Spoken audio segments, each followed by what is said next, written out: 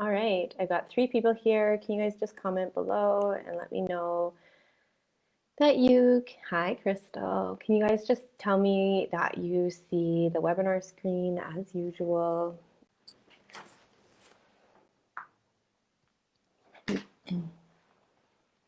Hello, Steffi. Nice to see you here.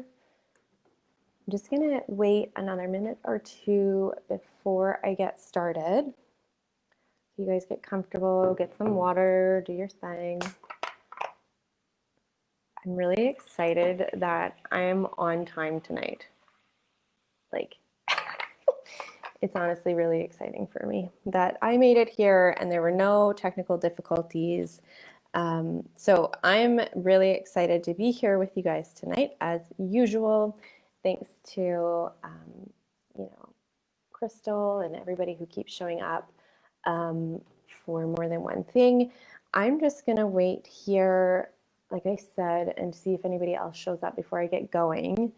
But before I do, I kind of want to say that we're going to be doing this a little bit differently than normal, in that I'm going to make the presentation probably a little bit shorter than you guys are used to, just to allow for more questions and answers at the end. And the reason that I'm doing this is that obviously you guys are all in different places in your business journey, and also thus your social media. You know, it could be completely foreign to you, or it may be that you have a really good understanding of it, but you want to brush up on a certain topic or make sure that you know what your next steps are. So maybe you've got your account set up, etc. So this presentation is going to be valid regardless of what your understanding of social media is. However, you know, I really want you to start thinking of your questions and actually write them into the comments as they come to you. You know, if you have specific ones that you know you want answered tonight, I want you to put those into the comments. I see we have a few more people joining us. So if you have specific questions for social media, please jot them into the comment section, as we're going to be doing this just a little bit differently. So questions regarding your current status, write them in as they come. So tonight, that was my thing on questions, the agenda. So obviously tonight we're talking about social media. I'm going to be touching lightly on why brand identity and knowing your audience and your voice is important in this area. And then we're going to move on to a few of the platforms that you may want to be on. Again, this matters because it depends on where your audience is actually hanging out online. So then after that, I'll just be touching on information on hashtags, and then I'm going to give you guys 12 tips on social media that will actually hopefully convert your followers into clients. And then, of course, as normal, at the end, I'm going to open it up for a Q&A. And even though I asked you to start writing out your questions now, but stay tuned until the end so that I can actually answer your questions as they come in. So start already. Okay, Jeremy, thanks. I will get going. Oh, yay, Faith. Nice to see you here. All right, Jeremy, do you have any other questions for us before we get going? So brand identity, if you haven't watched the previous webinars, you need to make sure that you actually check them out, because your brand identity is important to have in place, as well as your logo, your colors and fonts. And of course, you want to know the overall feeling of how you would like your business to be seen online. So knowing this is important because it will help you define the feeling and the voice of the brand. So the voice and the brand of the company applies to all of your content, and indeed actually entirely to your brand. So it's the equivalent of your brand's personality. And that voice is going to be established by you for your own business because it's an integral part of how you want your clients to perceive you. So the voice you establish for your own business is going to be written into your website, on your blogs, your social media presence, any of your email campaigns, and everything in between that. And it's literally baked into everything that's done in the name of your brand. You guys know my voice. I like to be goofy and funny and upfront and serious when it matters. I'll tell you when I think you guys need to be focusing on something. So this is a quote that I want you guys to sit with. A well thought out and defined brand identity and strategy should be the backbone of any successful company. And that's particularly true for online enterprises.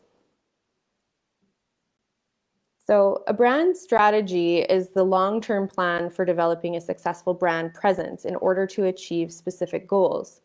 So let's clear up the biggest misconception about brand strategy. Your brand is not your product. It's not your logo. It's not your website or your name. So in truth, your brand is far more encompassing, and it's going to define the visceral and frequently intangible aspects of your company identity. So a well thought out and defined brand identity should be, like I said, the backbone of any successful company. Now, it's going to feel like, well, to you and to your clients, it's going to feel like that hard to pin down feeling that separates, what a powerhouse company to a mediocre brand. That's what separates the two, is the brand identity. Now, this is going to include, the tone of your voice. I see here, Jeremy, how long is this seminar? It can run anywhere from half an hour to 45 minutes, and we record them and put them on YouTube. So if you don't want to take a look, you can pop back over to the YouTube tomorrow and it might be up. Anyway, so the brand identity, like I was saying, is going to be the tone of your voice, the mood that you put behind it, and the feeling. And then also it's going to be kind of how you show up for your clients, right? Your clients want to know what they can get from you on a consistent basis. Thanks, Jeremy. So your brand equals content, and content equals your brand. So in every way, a company's content is their brand online. So it's pretty much acting as their salesperson, their front store, like a brick and mortar store, but online, and their marketing department kind of all in one. So it's going to include the story, and every piece of content that you publish online will define your brand. So great content equals great brand. Boring content equals boring brand. And when I was practicing this, I actually put boring bland. So we could just think of your content should not be bland. So it's more than just what's great and what's boring, obviously, but often what you choose not to publish on your social media says more about your brand than what you might put up as like snappy copy. The YouTube link, Jeremy got lots of questions. The YouTube link is, well, you can just search Holistic Nutrition Hub on YouTube and you will find it there. We'll be posting the YouTube link when it is up. So anyways, onward and upward. So always double check before you publish any piece of content. So if you don't do this, you're actually just going to be diluting your brand in a way. So if you post something that is unnecessary, it could potentially dilute your brand. So even if a piece of content isn't directly harmful to your brand from a PR perspective, it can actually still be harmful from a brand dilution perspective. So always ask these questions about every single piece of content you develop. That means media updates, facts, videos, social media photos, even that really funny cat meme, that you're posting on your Facebook page. Everything that you release under a particular brand will contribute to the audience's overall view of that brand. And you're going to get, it's either going to affect them positively or negatively. So it needs to be vetted. So always double check. Thanks, Jeremy. Check it out on YouTube. Have a good day wherever you're at. All right. You guys, did you recognize that I figured out how to do my presentation and comment at the same time? Whew. Week 4, and we've nailed presenting on Facebook. So I'm just going to take a sip of water, and then I'll start with defining your audience again. All right. To my followers who have been around for a long time in these little videos, defining your audience, you guys have heard me say this a lot before. So knowing who your audience is, what they want, is obviously key to creating content that they're going to like, that they're going to comment on and share. And it's also critical for planning how to turn your followers into customers. So if you've not defined your audience, it's important that you do this before you start creating your content. So we have lots of helpful tips on previous webinars, like I said, on YouTube and in the free business course, of course, as well. But making sure that you have that defined is really key. Oop. So your social media accounts should be created based on where your audience is going to be, not where you presume they're going to be. And no, you should not have every single social media platform. If your clients don't hang out on Twitter, there's absolutely no point in having Twitter. It's just going to waste time. Now, remember that your handle username should be consistent with your business name. That seems pretty logical, right? And should ideally match the handle of all your other social media platforms. So, for example, we have Holistic N Hub as our Instagram handle. I wanted to say one more thing on that too. So complete your profile, always making sure that you're adding in your logo, a profile picture, your bio and description, and then a link in the bio so that they know where to go to. And then always make your profile as personable as possible. That's that one. Now, one of the things that sets online marketing apart from traditional marketing methods is the opportunity to create a two-way conversation with the customer. So you can actually connect with them, respond to their feedback, answer questions in real time, and help them resolve an issue. Or they can just check in with you, and you can let them know what your brand values are and see what they have to say. So this is what social media is all about for brands. It's going to allow you to communicate directly with your audience, just like I am tonight or today on this call. And it's going to help you to establish that your brand is trustworthy. Hopefully that's what this is doing in your minds, and creating an impression that's going to define how your customers and your clients think of you for all the time to come.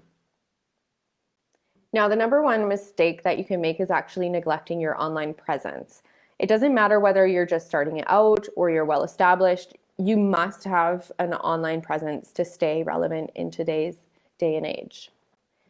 So think of how many people carry around a phone with them each and every day. And the amount of people who are literally carrying mini computers around with them is staggering. So nowadays, people go to Google and other search engines to search for a business online before they even schedule an appointment or make a purchase. Now, I just want to stop here quickly and just say, you guys, think about your specific needs when it comes to social media. Where are you feeling stuck? What have you guys figured out already? I want to make this as relevant for you guys as possible. So make sure that you're thinking about that or putting it in the comments. So here's story time, guys. Think of your online presence as your brick and mortar store, right? Where someone could, let's say, walk in and get to know you and how you operate. So through this, they're going to learn to know, like, and trust you a bit before connecting with you. So I want you to think about, every time that a friend and you want to get together for coffee. Maybe you're getting together somewhere that you aren't normally at like downtown instead of in your like little home neighborhood, you have to start Googling for coffee shops. And you're going to be looking at the reviews and seeing, you know, which one seems the best. Then you might look at their website, check out their menu, see what the atmosphere is, and see if that's what is in line for you and your friend. So that's why online presence is so important, and how you show up on it, you know, is going to be a determining factor on whether or not somebody is going to choose you or not. So like I said, if you don't have an online presence, somebody is going to choose a competitor instead, or potentially. I mean, unless you're just rocking it and word of mouth is awesome. So some businesses have told me and Sean that they honestly do fine without a website or Facebook. And that may be true, but what if I asked you this? Like, what if the difference between no online presence and having one was another 50 customers per month, right? So what would having an online presence look like for you? So first of all, you're going to want to own your own domain name that, of course, matches your brand. So for example, we have holisticnutritionhub.ca. Thus, we aren't going to want to have a domain name that says funplace.com, even though it's a really fun place to be in our group and everything. You know, funplace.com doesn't really speak to who we are and what we do. So as well as staying active on a few different social media accounts, with a website, that's what is ideal for you. So obviously, if you don't have the finances to build a website with someone, or in Squarespace, or on WordPress, if you're feeling ultra like ballsy, there are obviously lots of free social media platforms that can help you. You guys are probably on most of them already. Now, I'm going to give you guys just a little quick note here on naming your business. So when you're in the process of naming your business, depending on your current situation, obviously, you should have ensured that a relevant domain name and the handles on the various social media platforms are not already in use. So if you name your business Fun Place, let's use that example, you need to make sure that at Fun Place or at Fun Place with your town name isn't already taken, so that you can make sure that you can snag those handles. Thanks, Faith. Okay, I'm glad to know that this is relevant. That's really helpful. Now, of course, I've like closed my screen. There we go. So, a social presence for your brand is essential in this day and age, like I said. You need to have a variety of places to interact with your customers. And not every social channel is right for every brand, like I mentioned before. So you have different target demographics, frequent different social sites, and they're going to be used for different things. Since maintaining an effective presence on every single social platform simultaneously is literally impossible, it's super important to determine which ones will best help you reach your target persona, and then focus your efforts on building up your brand and presence on those specific channels. So you're no doubt familiar with the most prominent social media sites, like I said, but here's a basic rundown of how best to use them in targeting customers. So your website, this is going to be like your main calling card online, where people can find out more about you, about your brand identity, how and why they should know you and like you and trust you. And you, of course, can display anything on there like recipes, pricing, a blog if you're so interested. And obviously, don't overdo it. I want you to make your website clean if that's the route you're going, but it can be like your go-to place for potential customers and clients alike. And they'll be able to go and see all of that information really easily. And again, cheap options to do this yourself are Wix or Squarespace, and they're both pretty intuitive. I think Squarespace is probably the better choice just because of the long-term benefit of being like set up there. It's pretty user-friendly, but has a little bit more integration from what I understand than Wix. All right, I'm just gonna have a sip of water. Sorry.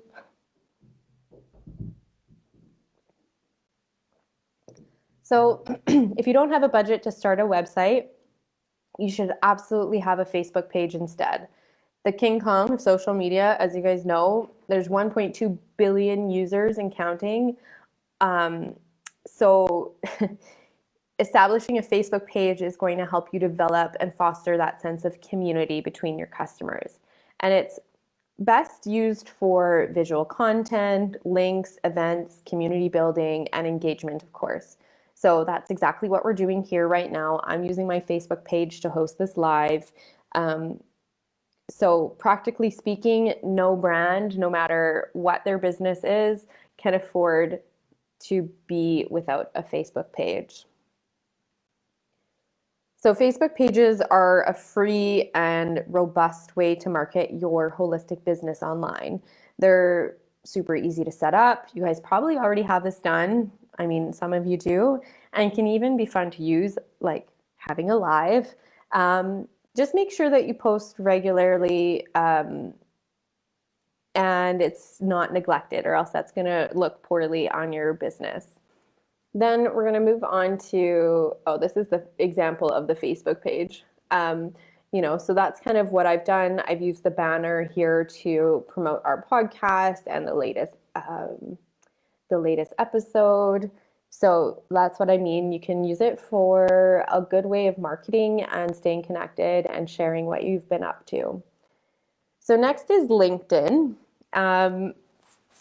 If you're in the corporate world, you might already be on LinkedIn, but it's an important platform for business to business, essentially. So it's a tool to help you forge connections, but also kind of a lead generator and a place to assert your company's thought leadership position.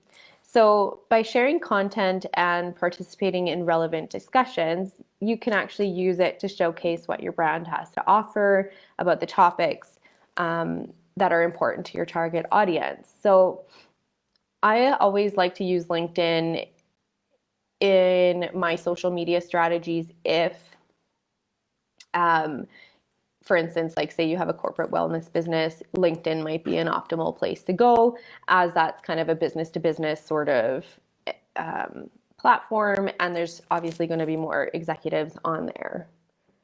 Then, of course, we have Instagram, which you guys, I know most of you are on. And they say a picture is worth 1,000 words, and they're right. So well-placed visual content can work wonders. So Instagram fosters that branding creativity and can be useful in grabbing a user's attention, right? And then connecting with them and even encouraging them to post pictures of their own related topics to your brand, right? So you can get people to share your story or share your event, etc. I am going to answer your questions. I think I'm just going to check in here. How often is too much to post? I'm going to answer that in the slides in just a minute, and posting is too regularly. It depends on which platform you guys are talking about, but I am going to answer that in just a minute in the slides here. So hold tight. So Instagram, we did that. YouTube. Can you guys tell that my son was helping me make slides today? Like, this is definitely not a picture I would have chosen. Anyways, I left it because he put it in there. So anyways, YouTube building is really related to your brand voice. So it's a social media, is it social media or is it a content platform? And it's both. Google owns the video sharing service that is YouTube.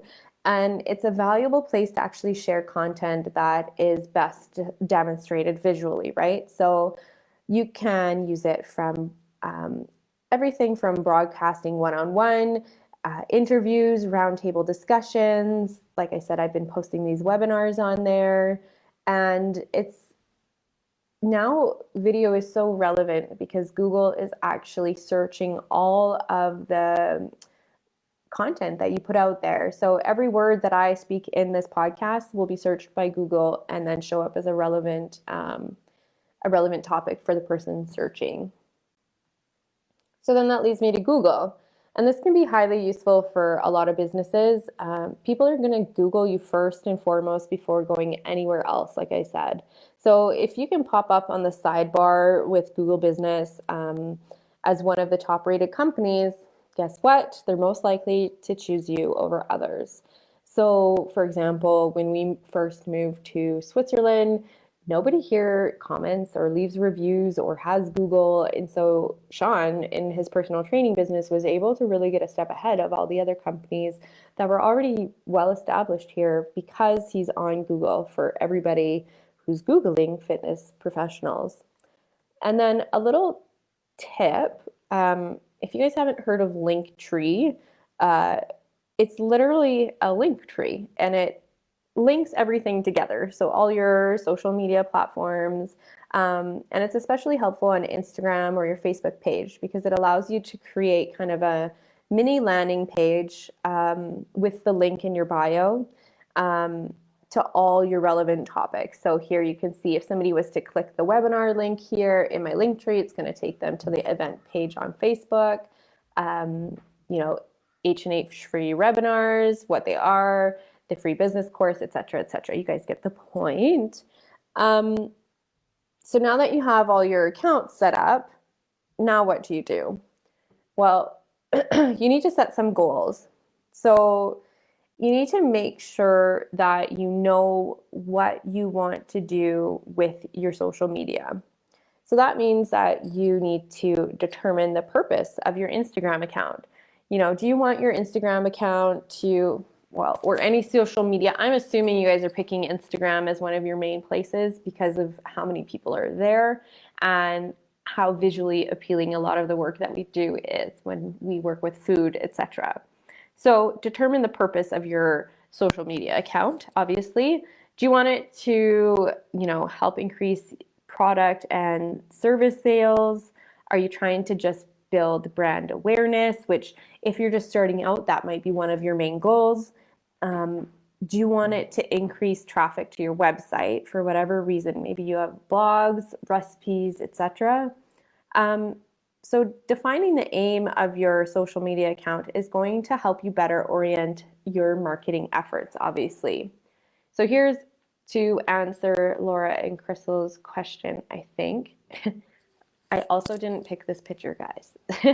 So how much of what should you post? So there's kind of two formulas that you're going to hear. There's probably more like 4 or 5 formulas that you're going to hear on the internet, but I'll give you 2 here. So there's the 80-20 rule, which means that 80% of your posts are going to be educational, informative, personal, and fun. And then only 20% is going to be sales or promotional related. So if you guys check out my Instagram, I try and follow this as much as possible. I try not to be salesy.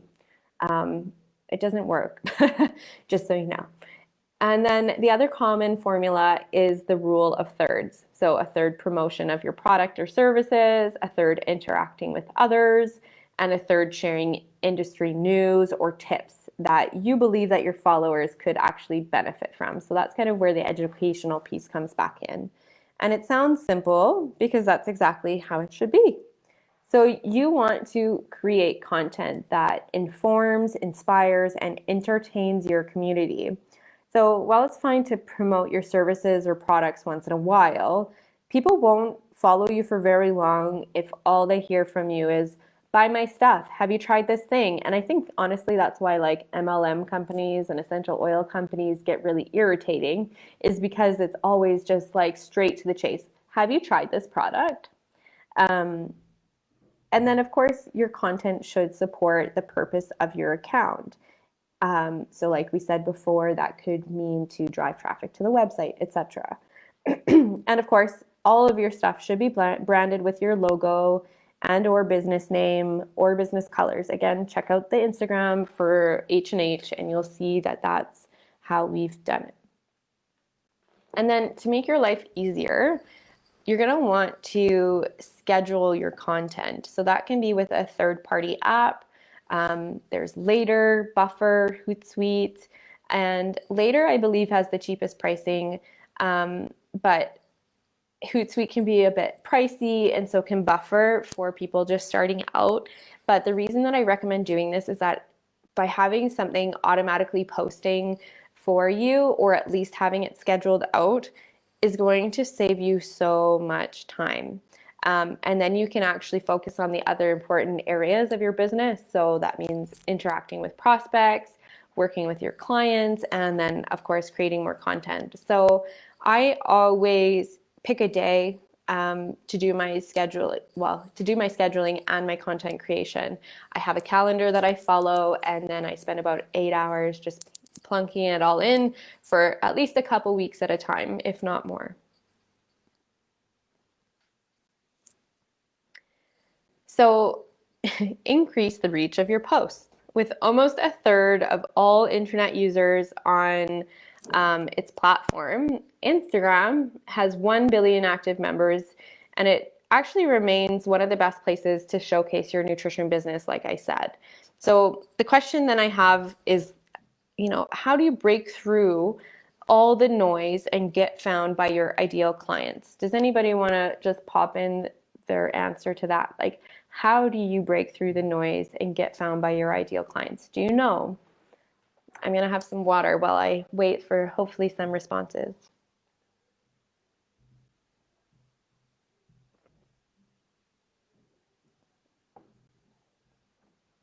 Somebody's going to respond. I bet you it's like a lag again. But anyways, so one thing that you can do to literally break through the noise, and this kind of relates back to the whole Google thing, like I said, to get great testimonials and reviews. So having these strong reviews and testimonials for your nutrition business is absolutely imperative. Hashtags, yes, you knew it. But yes, hashtags and reviews, they make all the difference when someone is deciding whether or not they should work with you. So simply think of your own behavior when searching for the restaurant or the service, like I said. So what's the first thing you look at when you're looking for a new restaurant to eat at, especially? It's the reviews. You want to know what other people have been saying. So strong reviews and testimonials provide you with positive social validation, and it's greatly going to influence the growth of your practice. So that being said, getting reviews from your clients can be rather tricky. I often suggest that you start with, friends and family, create your signature program, run it on them, get some reviews. Good job, Crystal. Get some reviews. And then that way you can use them not only for like bettering your signature program, but also getting the reviews that you look for to put up on your social platforms. So, like I said, it can be tricky to get them to review your stuff, but if you give them a few reminders, they'll often do it. And the best moment to ask for a review is when your client is actually happy and is talking about the great results that they've had with you. So that's because they're obviously going to be in this really positive mindset already and be happy to give back essentially for the service that you provided. Now, I'm going to give you a pro tip. If you can get them to collect video testimonials from, get video testimonials from your clients. These can be displayed and should be displayed front and foremost on your website. You can put them on your social media platforms, and they're going to have the biggest impact on your business.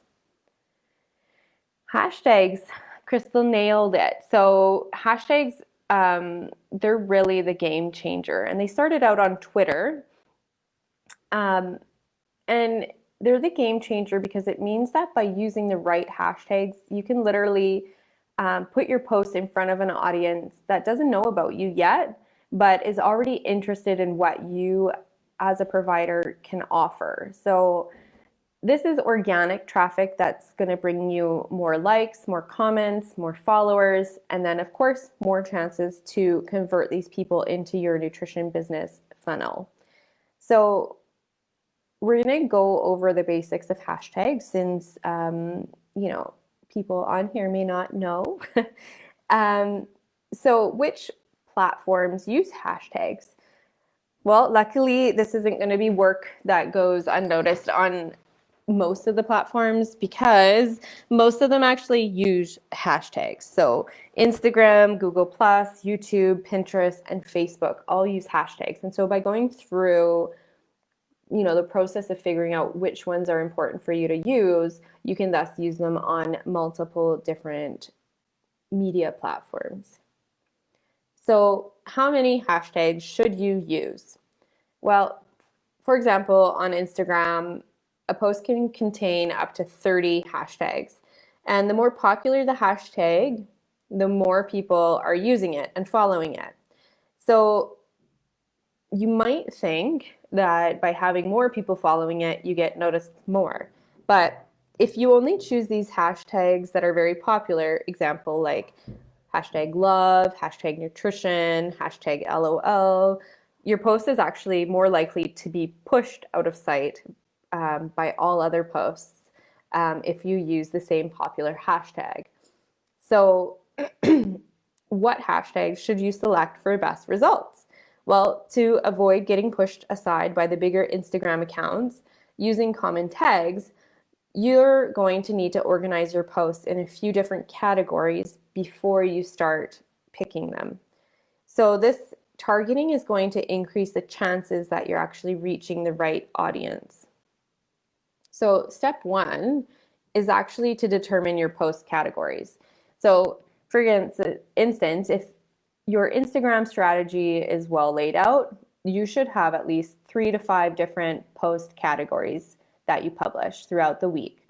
So these might include things like food pictures, recipes, inspirational quotes, motivational pictures with a long caption written, promotional posts, like I said, and maybe a bit of humor.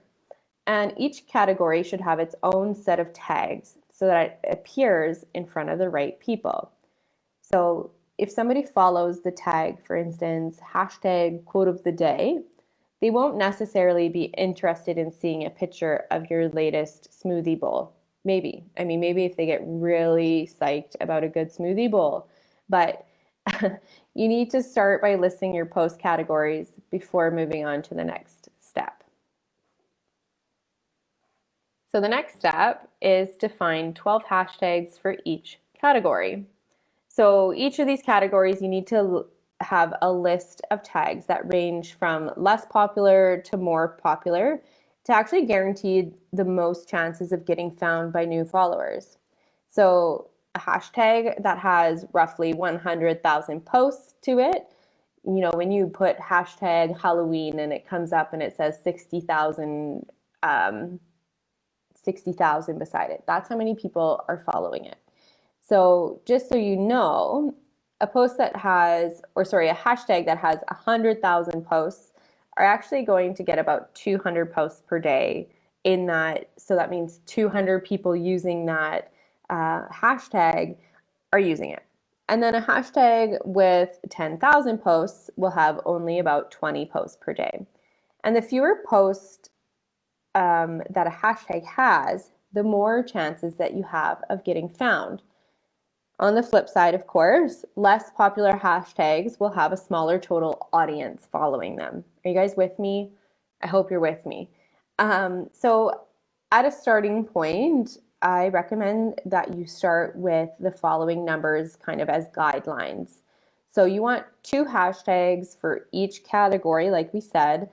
You want 2 hashtags with 100,000 posts, 3 hashtags with 50 to 100,000 posts, 4 hashtags with 10 to 50, and then 3 hashtags with 1 to 10.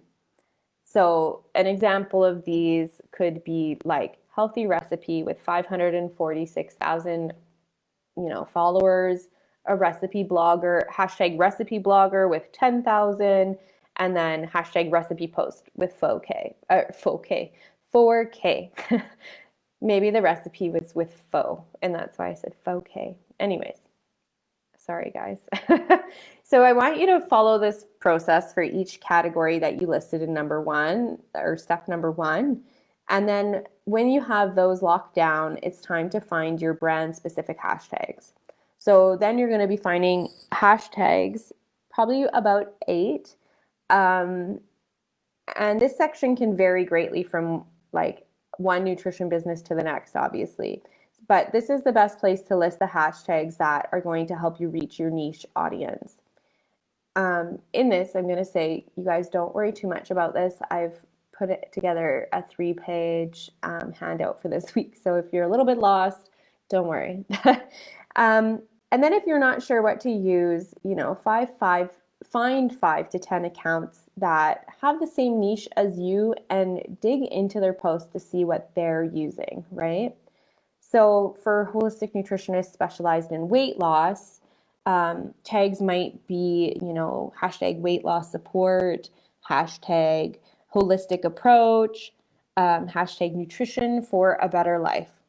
So your brand specific tags can be used in every post and then combined with the right group of category specific hashtags. Then the next one, oh, I missed one. Anyways, 5 geo specific tags. So if you work in person, these should target your town or your general area. And if you work online, the hashtags could correspond to the area where most of your potential clients live. So for instance, we use hashtag Vancouver, hashtag Toronto Nutritionist, hashtag YVR Fit, those kind of things to, make it valid for the majority of our people who are in Canada. Step 5. Step 5, post specific hashtags. So that means that you're going to pick out 5 hashtags that are relevant to your specific post. So did you post about a Greek salad? You could go hashtag Greek salad, hashtag homemade salad, and these tags can be placed throughout your caption or at the end of it. Now, what you're going to want to do is combine all of these hashtags into a note so that they're easy to access either on your computer or on your phone, and making sure that you have them at the ready for when you post on social media. Lastly, anyways, I got ahead of myself. The bonus little tip here for this one is don't overload your caption. So don't overload the writing that you put into your post. I want you to make sure that you are maybe posting it in the comments instead of in the caption area, and that can keep your post looking nice and clean. So even though the hashtags are in the comments, they'll still help your followers pull it. Oh my goodness, I'm crunching on my words, as they say in French. They'll help your followers still find what they're looking for if they're in the comments section. And then you can actually use hashtags to boost older posts. So you can quote unquote like bump an older post by adding hashtags to them. So this is going to bring them back to the top of your social media feeds essentially.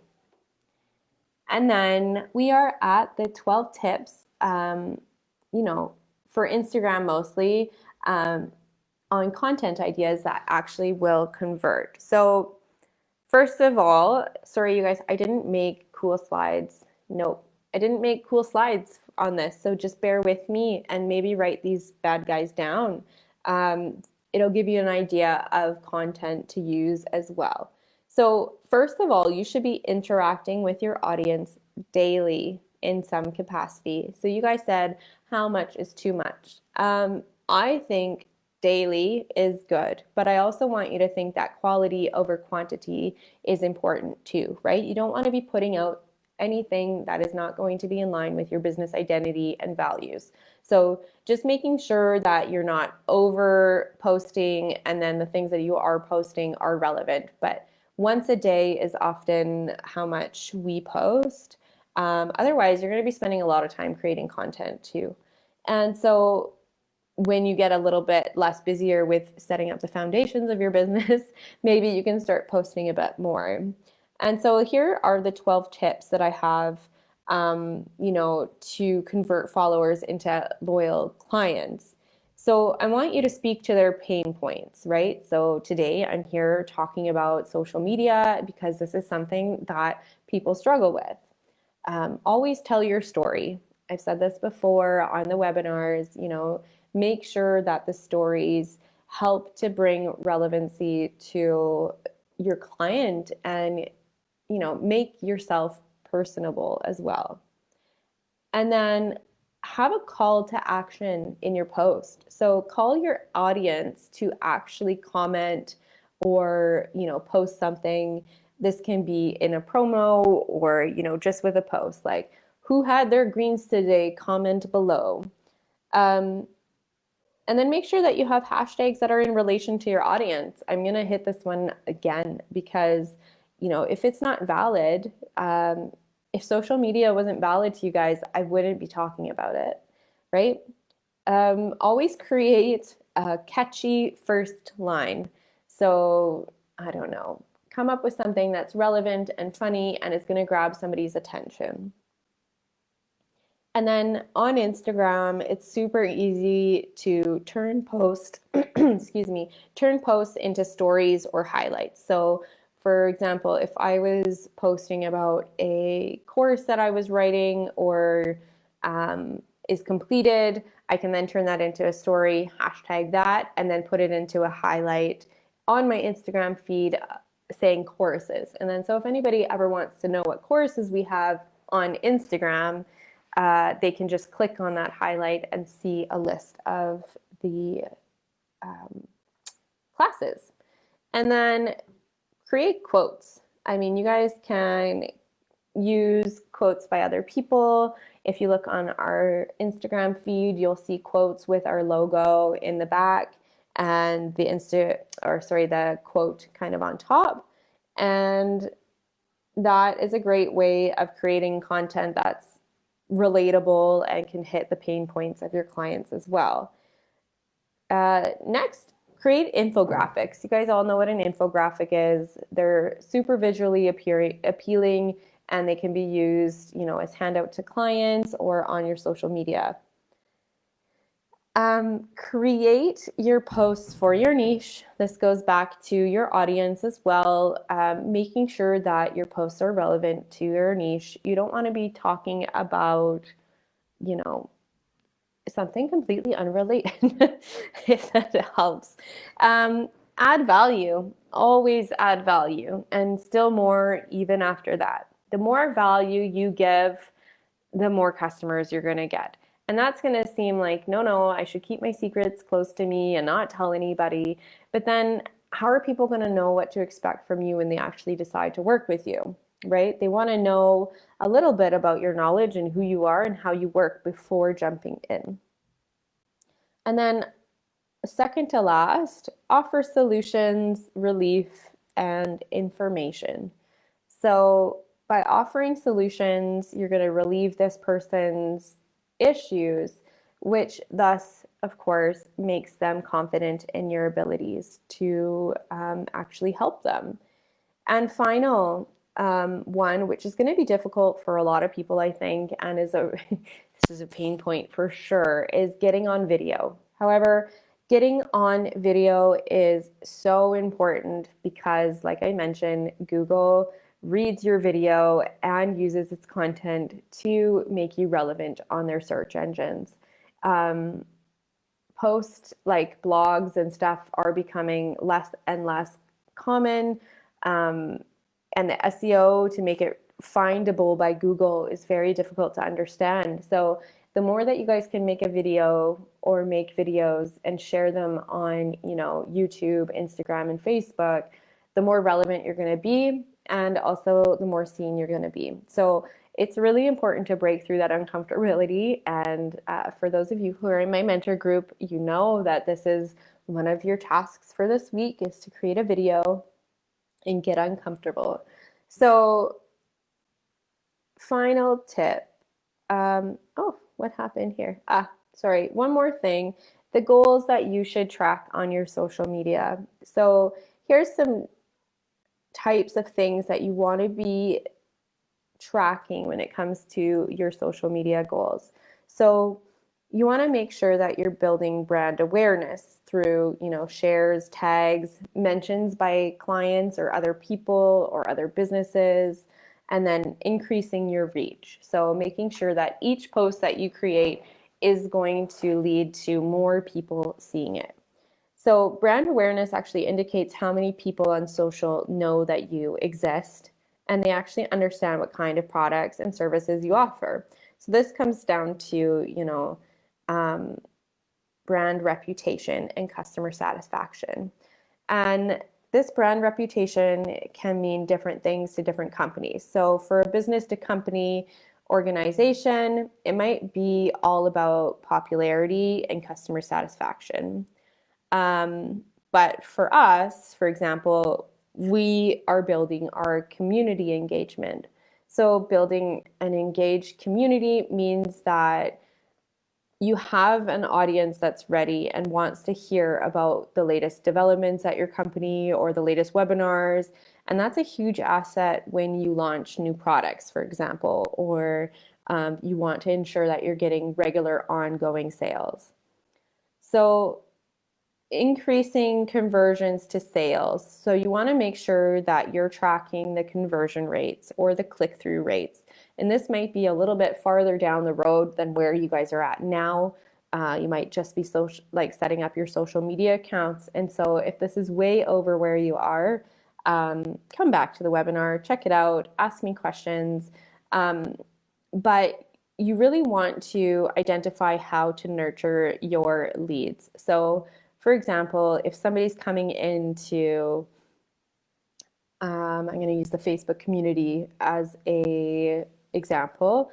If they are coming in, you want to make sure that you're nurturing that lead. So if somebody comes into our group, we are going to make sure that we give them, the prime, not example, but the prime, I'll think of the word. Treatment, that's it. The prime treatment. So it's really unusual to make a sale for the first time that a potential customer encounters your product online. So by bringing the lead into the Facebook group, we have to make sure that they are going to be kind of funneled into a product in some way. And that means that we're going to do email campaigns or staying connected in some way.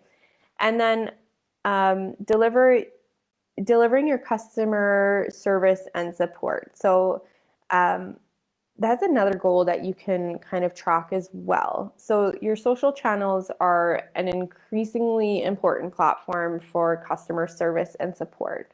So our group is exactly that. It's a way for us to support you guys through growing your business and being in school and all of those things. So I also have a note here that I wanted to mention is that social messaging is actually now the most preferred customer service channel in the United States. And I'm sure it's very much that way in North America as a whole.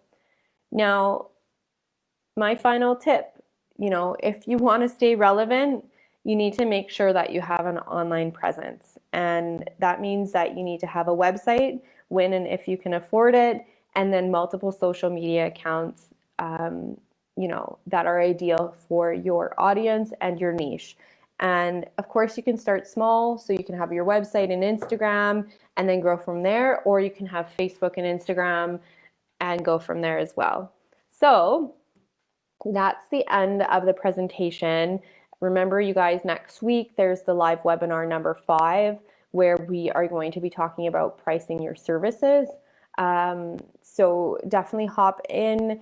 Those of you who are in the mentorship, we will be covering this, I believe, next week, but this will still be relevant to everybody else listening. And of course, we are going to open up the Q&A for the time being. I'm going to actually stop.